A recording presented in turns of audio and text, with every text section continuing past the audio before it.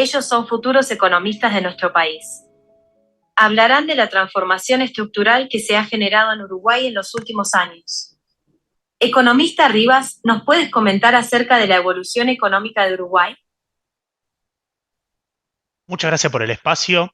Para entrar en materia, nuestro país a mediados del siglo XX contaba con unos ingresos per cápita ubicados en torno al 65% de los países desarrollados. Luego, con el estancamiento económico, Uruguay entra en una gran recesión económica y se rezaga fuertemente frente a los países ricos. Y recién luego de la recuperación económica de la crisis del 2002 es que se empieza a ver un crecimiento en relación de riqueza de nuestro país y comparándolo con los países desarrollados, llegando en 2012 a un 35%. Es decir, a nivel global, al día de la fecha, nos encontramos en una peor posición que el siglo pasado, pero igualmente en los últimos años esta tendencia ha ido disminuyendo paulatinamente. Precisamente esta tendencia es lo que llamamos el cambio estructural del Uruguay. Haciendo hincapié en algunos datos que reflejan este cambio, podemos mencionar que alrededor de los 90 la formación bruta de capital era del 15% y 20 años después la inversión en activos fijos supera el 22% del PBI, aproximadamente unos 11.000 millones de dólares. Por lo tanto, siendo los postulados de Adam Smith que a mayor acumulación de capital, mayor riqueza, el aumento de inversión en capital es claramente una de las principales razones de este crecimiento. Además, en términos de pobreza, Uruguay ha alcanzado niveles muy bajos en la región, y esto se da en gran parte por la estructura redistributiva de los últimos años. Muy interesante lo que nos comentás. Ahora, ¿cómo se relaciona todo esto con la dinámica económica de la actualidad? Esto se relaciona debido a que en los últimos años hemos tenido muchas inversiones de empresas extranjeras, las cuales han ido incrementando el stock de capital físico. Además, ha habido un gran progreso tecnológico en el área agropecuaria, el cual estuvo acompañado por una gran subida de precios de cereales y oleaginosos, como la soja, lo cual ha servido para generar exportaciones récord y crecimiento en los últimos años. En términos relativos, las industrias tradicionales como la lechera y cárnica han crecido a lo largo de las últimas décadas y siguen siendo un gran factor en la economía. Pero es importante remarcar la volatilidad de las mismas. Por ejemplo, en la sequía del 2007-2008, que impactó la producción de forraje y se dio un decremento de la producción ganadera de carne, pero que posteriormente en 2011 se termina recuperando.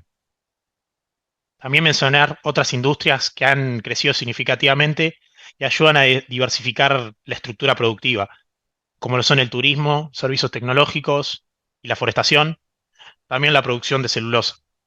Lo que denota esto un cambio estructural frente a décadas anteriores, donde el foco casi total estaba en la agricultura e industria ineficiente.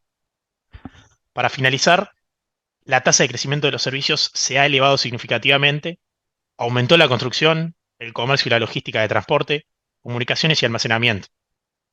Esto claramente se ve relacionado con la producción del agro, dándole más eficiencia y tecnología, lo que ha hecho mucho más rentable este sector. A su vez, con esto se fomentó el precio de la tierra, que ha crecido exponencialmente y favorece mucho más a la construcción e infraestructura. Bueno, pasando con el economista Quinteros. ¿Cuáles crees que fueron las políticas adoptadas para generar esta nueva estructura en nuestro país? Bueno, entiendo que hubieron dos tipos de políticas públicas para explicar este cambio en la estructura productiva de nuestro país. Primero están las horizontales, que abarcan varios sectores y son de un carácter más general. Y luego están las sectoriales, que son más específicas a los objetivos propios del país económicamente. Comenzando por las políticas horizontales, las más representativas entiendo han sido las enfocadas a la innovación y a la exoneración fiscal para atraer inversiones internacionales. Específicamente en términos de exoneración fiscal hay dos modelos. Uno es el de aprobación por proyecto, es decir, viene una empresa, presenta un proyecto, se aprueba si tiene una exoneración fiscal o no. Y luego está el de las zonas francas, que es más genérico y ahí ya pueden entrar diferentes empresas y no es que se mida específicamente el proyecto una por una. Sobre el que es de aprobación de proyectos, los sectores que más se miran, los que más se promueven por parte del país son los del software, salud humana, animal, producción agropecuaria, agroindustrial. Después están las áreas tecnológicas como las TIC, biotecnologías, algunas emergentes como la nanotecnología. También están las áreas de conocimiento como los recursos humanos, y otras tantas. Em, en fin, el fin último que pretenden este tipo de políticas es fomentar la innovación, la inversión y la inserción internacional, y crear en definitiva productos de valor agregado, y que además ese valor agregado y ese conocimiento se llegue a toda la población también, como un efecto que llegue a todo el mundo. Luego, hay otro tipo de proyectos enfocados más hacia la innovación en sí, como es la creación de la Agencia Nacional de Investigación e Innovación, la ANI, que promueve, justamente como dice el nombre, la investigación en Uruguay y nuevos conocimientos aplicados a realidades productivas y sociales del país. Y también una otra institución que se creó que nos parece relevante es la UTEC, que es una universidad tecnológica con gran foco también en la descentralización. Tiene varios puntos en el interior del país y es específicamente para tecnología.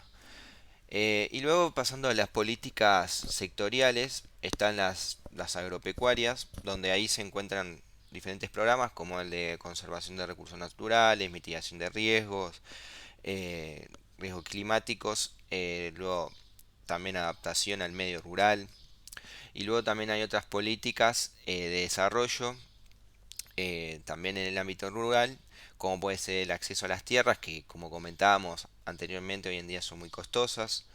Después también hay otras políticas más institucionales y diplomáticas, para que nuestros productos agropecuarios tengan una salida al mundo. Eso también es un factor relevante.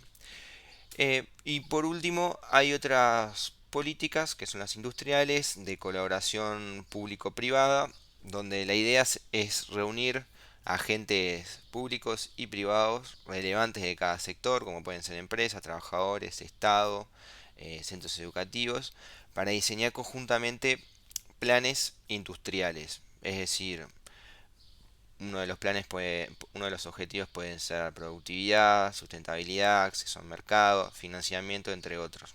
Se reúnen, entonces la idea es que se reúnan y se definan este tipo de planes.